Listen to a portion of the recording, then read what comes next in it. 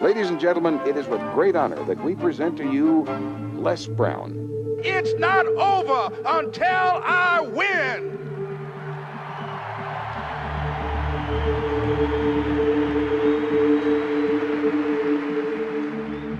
Repeat after me, please. It's possible. I can live my dream. It's necessary. I work on myself. Surround myself with winners. Become creative. It's me. I've got to make it happen. It's not over until I win.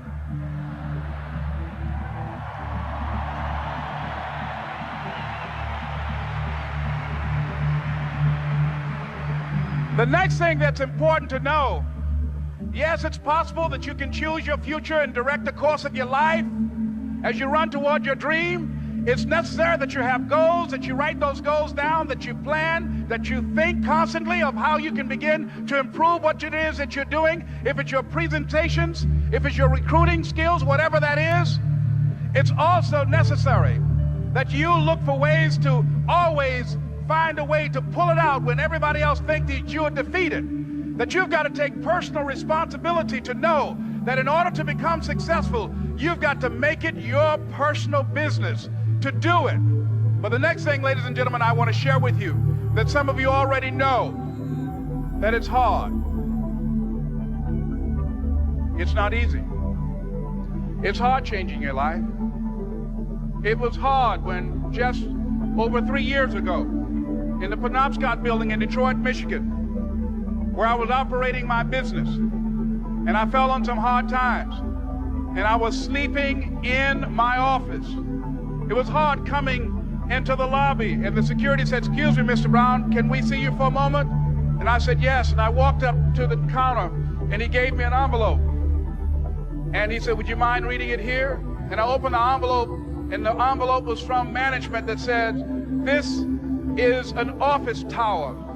It's not a hotel. Please do not sleep in your office." And I said, "Excuse me, sir." I said, "I just work long hours in creating my business. I'm an entrepreneur. And right now things are bad for me, but they're not going to be this way always. And I just asked for the opportunity to continue to operate like I'm doing. I'm not trying to make this my home." And it was hard coming through the lobby. And sometimes they would laugh. There's a guy talking about becoming successful. And look at it.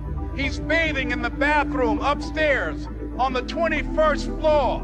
He sleeps on the floor. Him and 2 other dreamers up there. Look at him. It was hard, ladies and gentlemen, coming to speak to people. And I was facing financial difficulties in my own life. I was behind on my bills and my dreams, and I'm saying to them, you can live your dream. It was hard, ladies and gentlemen. It was very difficult to pick myself up each day believing that I could do it. There were times that I doubted myself. I said, "God, why is this happening to me? I'm just trying to take care of my children and my mother. I'm not trying to steal or rob from anybody.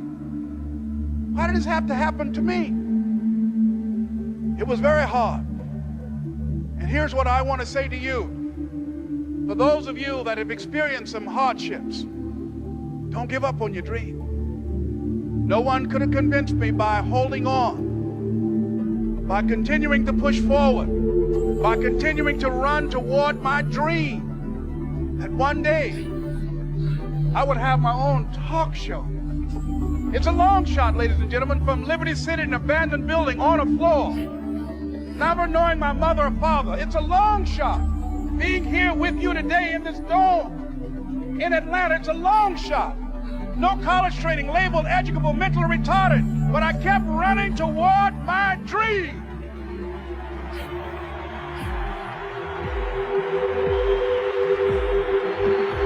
Don't stop.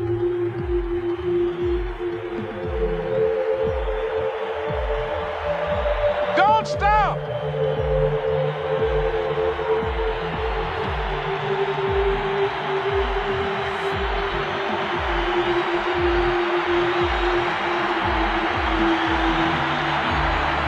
Don't stop running.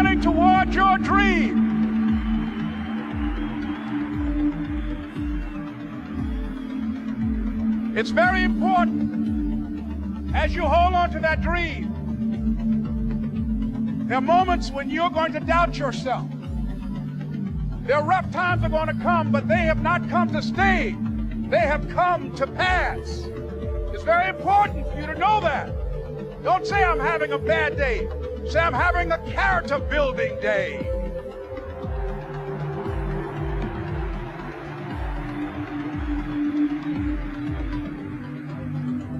It's very important for you to believe that you are the one to make this happen. I remember this high school teacher, Mr. Leroy Washington, at the end of school one June, it was just a few days before we were supposed to leave, and I just got my report card, and it indicated that I'd failed history, and I'd failed English, and I would have to go to summer school. And I was feeling within myself that I was a failure, that I'm slower than most people in getting paperwork, and I was feeling down on myself and very negative. And Mr. Washington was giving a speech to the graduating seniors, and I was in 11th grade. And even though I wasn't supposed to be in there, I went in there because the speech he was giving, that speech was for me. And as he talked, my heart began to beat fast. Tears began to run down my eyes, and I was in the back just listening to him, because he said, and he was a very dramatic man. I still talk to him to this day. He said, as graduating seniors of Booker T. Washington High School, I want you to know that you're blessed and highly favored, and that as you go toward the future, begin to know that you have greatness within you. And if just one of you here begin to envision yourselves as being blessed and highly favored to reach your goals, if just one of you capture the essence of what that means, that you have greatness within you and a responsibility to manifest that greatness, that you can make your parents proud, you can make your school proud, you can touch millions of people's lives, and the world will never be the same again because you came this way. And the students gave him a rousing standing ovation. And as he left the auditorium, I ran down the steps and I caught him in the parking lot. I said, Mr. Washington? He said, yes. I said, do you remember me, sir? He said, no. I said, my name is Leslie Brown. My mother, she works in the cafeteria here. I'm one of the twins, Leslie and Wesley. I said, Mr. Washington, but you know, I got these big dreams. I like talking to people. I love people.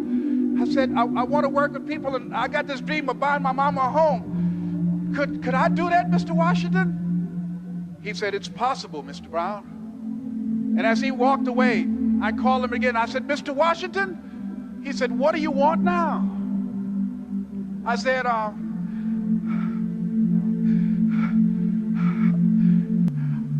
the one, sir. I said, I'm the one. You remember me, sir. I'm Miss Mamie Brown's boy. I'm the one. I'm the one.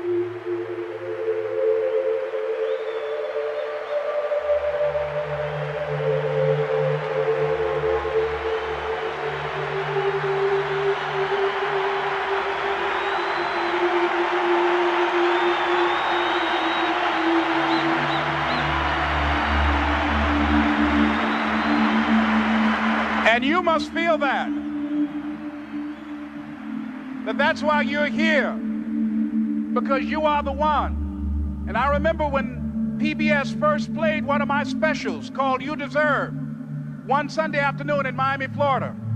I had some friends call him to tell him to tune in. And he watched the program. He called me in Detroit, and I answered the phone. I said, hello. He said, may I speak to Les Brown, please? I said, who's calling? He said, you know who this is.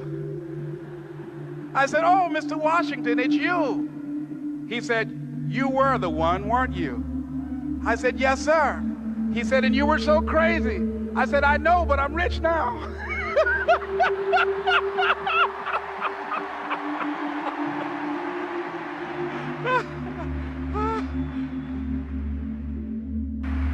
Ladies and gentlemen, it's not going to be easy. It was hard laying on the floor of the Penobscot building, looking out of the window, daydreaming, saying, Les, can you do this? Can you make this happen? I used to listen to tapes day in and day out about See You at the Top, my great friend Zig and Dennis Waitley and different other motivational speakers and Dr. Norman Vincent Peale and Dexter saying, don't let nobody steal your dream. I used to ask myself, can I do this? And something said within me, you're the one. You're the one. And let me tell you something, ladies and gentlemen. While you're here, and before you go back home to your respective cities and communities, write down at least 5 reasons on why you deserve your dream, on why you won't give up, what's going to make you unstoppable, why you must be unreasonable, because logical, practical thinking says you can't do it today. But if you want to produce unreasonable results in your life, like living your dream and taking charge of your destiny, you've got to be an unreasonable person. You've got to be an uncommon person. So write down the reasons of why you're here. My first major goal was to buy my mother a home. And let me tell you something, ladies and gentlemen. What will reasons do, Les? Nietzsche said, if you know the why for doing, you can endure almost anyhow. What do you mean by that? If you know why you're doing something, when the hard times come, and they're going to come, when the disappointments and the rejections come, and they're going to come by the truckloads, your reasons will be your rod and staff to comfort you, to pick you up. Once again, I got a saying on one of my tapes, if life knocks you down, try and land on your back, because if you can look up, you can get up. Let your reasons get you back up.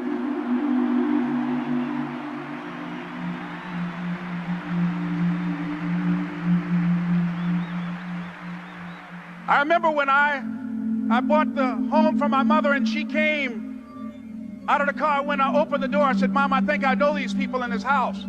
That was my first major goal. And then I couldn't conceal it anymore. I said, Mom, I got this for you. And as she went from room to room, looking at the house and saying, thank you, Jesus. Thank you, Lord. No one ever could have convinced me that this could have happened to me. And she looked at me, she said, Leslie, and you caused me so much problems as a boy. You were always into stuff. She said, no one could have convinced me that day when I walked in that house and this lady was holding you and your brother. And she said, ma'am, I want you to promise me 2 things. And she said, what is it? She says, 1, promise me that you won't separate them. She said, I want them raised together. I want them to know each other. I got pregnant while my husband was away in the war, and I can't keep them. Promise me that you won't separate them. She said, I promise I won't. I've never had children. I promise I won't separate them. And she said, promise me that you'll never tell them about who I am, because if my husband ever found out, he would kill me. She said, I promise. And she said that she gave them to us, and she kind of cried, and she was walking out the door, and she looked at my adopted mother. She said, remember, don't you separate them. She said, I swear to God, I won't separate them. I'll keep them together. And she said, as I held y'all in my arms, I never had any children of my own. I didn't know how I was going to do it, but I knew with the help of God, I will do it. And ladies and gentlemen, my mother had a dream of having children and raising us. She didn't know how she was going to do it. You're going to be just like that. And some of you are already there. Well, you don't know how you're going to make this happen, but you just feel within yourself some way, somehow, with the help of God, I'm going to make it happen. Repeat after me, please. No matter how bad it is, or how bad it gets, I'm going to make it. I'm going to make it.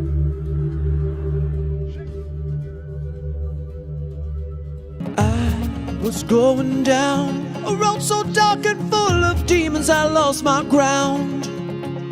My heart was stuck in hibernating, stuck in the ice where there's no feeling. You shine on, you shine on, you shine on me. Your summer love thawed me out.